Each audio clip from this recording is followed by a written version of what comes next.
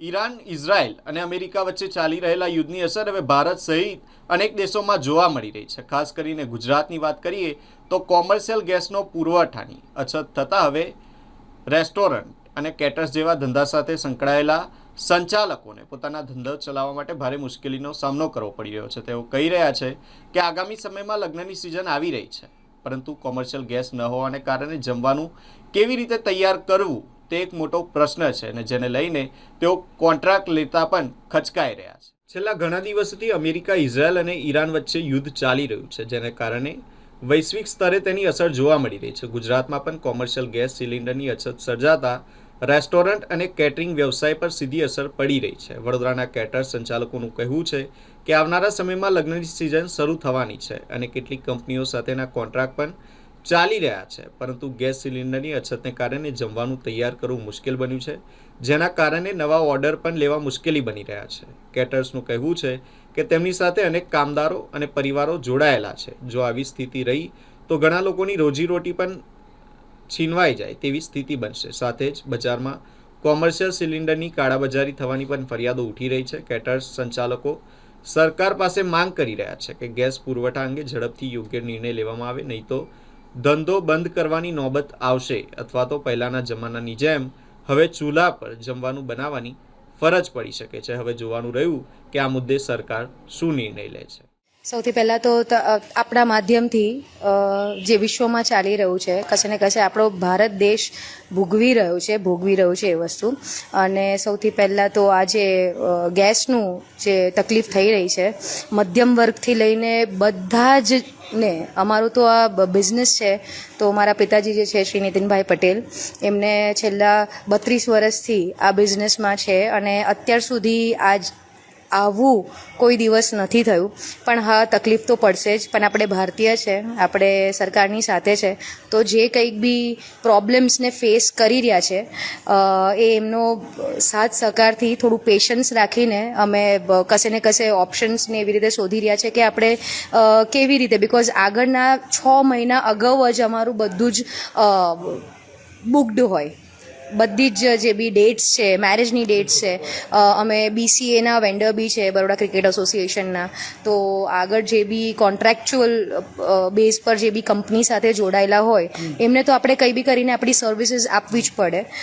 સો અમે કશે ને કશેથી કોશિશ કરી રહ્યા છે, હજુ બી થઈ નથી, પણ અમે એ જ ટ્રાય કરી રહ્યા છે કે આપણાને કઈ રીતે ગેસ આપણે મળી શકે, સિલિન્ડર્સ આપણાને મળી શકે કે જેથી આપણું જે આગળનું કામ છે, જે આપણે એડવાન્સમાં લીધેલું છે, એ અમે પાછળ ના પડીએ અને અમને ઠપકો ના પડે એ કામથી. આપણા ક્લાયન્ટ્સ બધા જતા રહે, કેમ કે એમનું કામ ટાઈમ પર અને જે રીતે ડિસાઈડ કર્યું છે એ રીતે જ જોઈએ.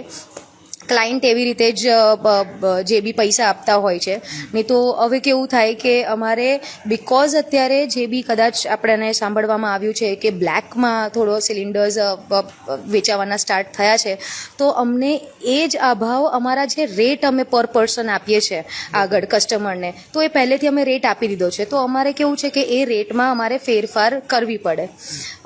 અને એની સાથે સાથે કદાચ અમે ટ્રાય કરી રહ્યા છે કે એવું લાગી રહ્યું છે કે જો આને અગર બહુ વધારે થયું, આ વસ્તુ એટલી જ ક્રિટિકલ છે, તો જે આપણે ગામડામાં પહેલાં જે આપણે કરતા હતા, ચૂલા પર જે પ્રોપર લાકડાઓ કરીને જે ચૂલા સળગાવીને આપણે જે ખાવાનું બનાવતા હતા, બસ એ જ લાસ્ટ મને એક ઓપ્શન લાગી રહ્યું છે. પણ એની બી એક અલગ જ મજા છે. ચલો, એ આ પ્રોબ્લેમેટિક ટાઈમમાં અગર આપણે આવું કંઈક કરીએ, ઓબ્વિયસલી એનો ધુવાડો ને એ કાર્બન ફૂટપ્રિન્ટ્સ તો થાય જ, પણ લાસ્ટ ઓપ્શન એ જ છે. કશે ને કશે ઇલેક્ટ્રિકવાળા જે બી અપ્લાયન્સીસ છે એ અગર આપણાને કામ લાગી શકતા હોય, બિકોઝ અગર માની લો કે 20-25નું નથી, બિઝનેસમાં કેવું હોય કે તમે મિનિમમ 500થી લઈને 1000 માણસોનું કરો, 1000થી લઈને 5000નું કરો, તો એવા અત્યાર સુધી એવા કોઈ ઇલેક્ટ્રિક એપ્લાયન્સીસ આવ્યા નથી કે આટલા મોટા ક્વોન્ટિટીમાં આપણે મોટા જે તપેલાઓ છે એ આપણે મૂકી શકીએ. સો તમારા માધ્યમથી હું સરકાર સુધી એક બસ એ અપીલ કરવા માંગીએ છીએ, જેટલું બને અમે તો તમારી સાથે છે જ, પણ જેટલું બને એટલું તમે આ મધ્યમ વર્ગથી લઈને જેટલા બી અમે બિઝનેસ કરી રહ્યા છે એનો થોડો સોલ્યુશન લાવો. જેટલું જલ્દી લાવો એટલું અમારા માટે સારું છે. નહીં તો થોડુંક ક્રિટિકલ સમયથી અમે જઈ રહ્યા છીએ. જી, નુકસાન તો વેઠવાનો ચોક્કસથી વારો આવશે, કેમ કે અત્યારે જે હાલમાં જે કામ ચાલી રહ્યા છે એ કામમાં તમે જોઈ શકો છો કે અત્યારે જેટલા બી બોટલ્સ છે, ગેસના બોટલ્સ, આનાથી વધારે છે જ નહીં અમારી પાસે. નહીં તો અમારા ત્યાં ગોડાઉન પર કિચનમાં એવું બને જ ના કે આટલા ઓછા ગેસના બોટલ હોય. અમારી પાસે સ્પેરમાં બી અમે લોકો રાખીએ છીએ, બિકોઝ ક્યારે બી 50-100 લોકોનું 200 લોકોનું કામ આવી ગયું તો અમારી પાસે સ્પેરમાં હોવું જોઈએ. તો અમારે અમુક કસ્ટમર્સને તો અત્યારે હાલમાં જ હું તમને કહું, નુકસાન અમે એવું જ ઝેલી રહ્યા છે કે અમે ના પાડવી પડી રહી છે કે અમે કામ નહીં લઈ શકે જસ્ટ બિકોઝ કે અમારી પાસે ગેસના બોટલ્સની અછત છે. બસ આશા એ જ છે કે જેટલું જલ્દી બને એનું આપણે વચ્ચેનો રસ્તો કાઢીને આપણા ભારત દેશને, આપણા ભારતવાસીઓ માટે જે કંઈક મોદી સાહેબ જેટલું જલ્દી નિર્ણય લઈને કરી શકે, બસ એ જ મારી આશા છે. અને એ જ તમારા માધ્યમથી હું એમને અપીલ કરીશ કે અમે બધા તમને જો સાથ સહકાર આપીએ જ છીએ, અત્યારથી આપતા આવ્યા છે. મારા માતાજી પિતાજી બંને બીજેપીમાં છેલ્લા 30 વર્ષથી એમને સેવા આપેલી છે, તો કશે ને કશે અત્યારે અમે તમારી સાથે છે જ. અને તમારી સિચ્યુએશન શું હશે એ તો કોઈ જાણી બી નહીં શકતું, પણ બસ બધા જ ભારતવાસીઓ તરફથી હું તમને એક અપીલ કરીશ કે જેટલું બને એટલું જલ્દી આનું સોલ્યુશન લાવજો, નહીં તો બહુ જ ઇકોનોમિકલી અમે બધા જ ક્રેક થઈ જઈશું. મહાદેવની કૃપાથી, જેવી રીતે અમરનાથ નામ છે અમારા કંપનીનું, એજન્સીનું, તો મહાદેવ ને શિવશક્તિની કૃપાથી એ વસ્તુ તો ક્યારેય નહીં થાય કે ધંધો બંધ કરવાનો ટાઈમ આવે.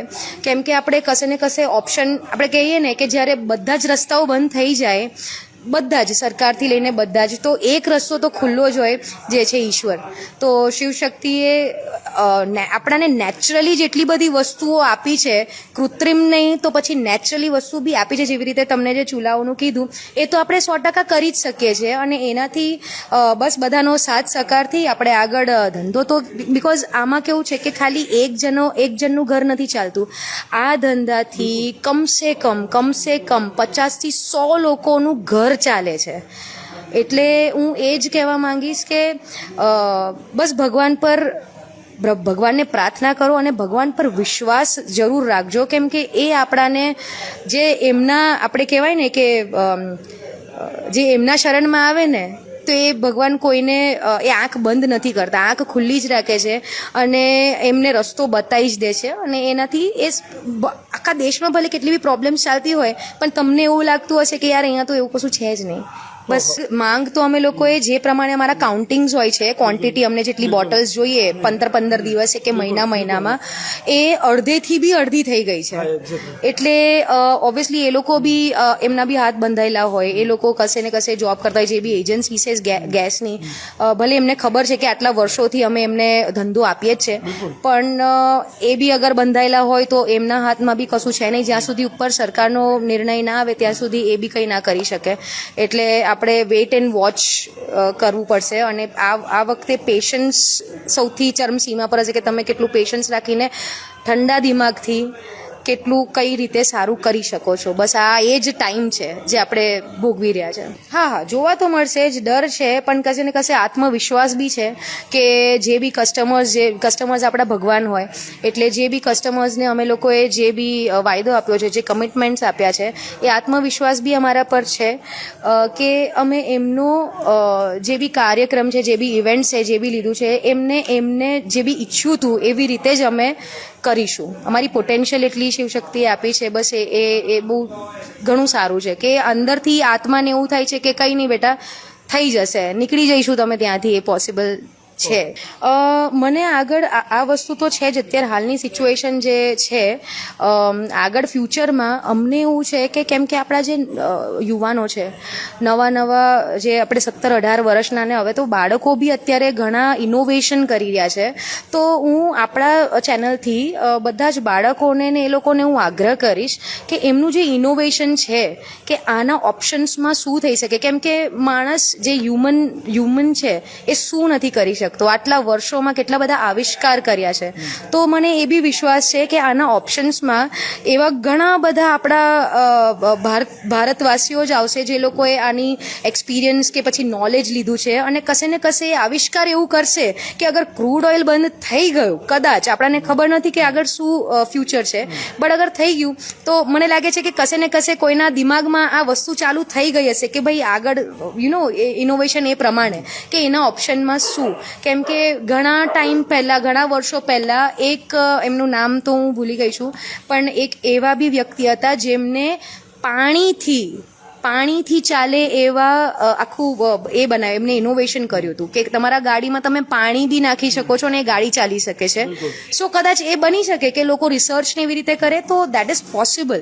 તો આપણે એ ઇનોવેશનને આપણે સરકાર બસ સાથ સરકાર આપે અને કદાચ આપણા ભારત દેશને ડૂબવામાં બચાવે.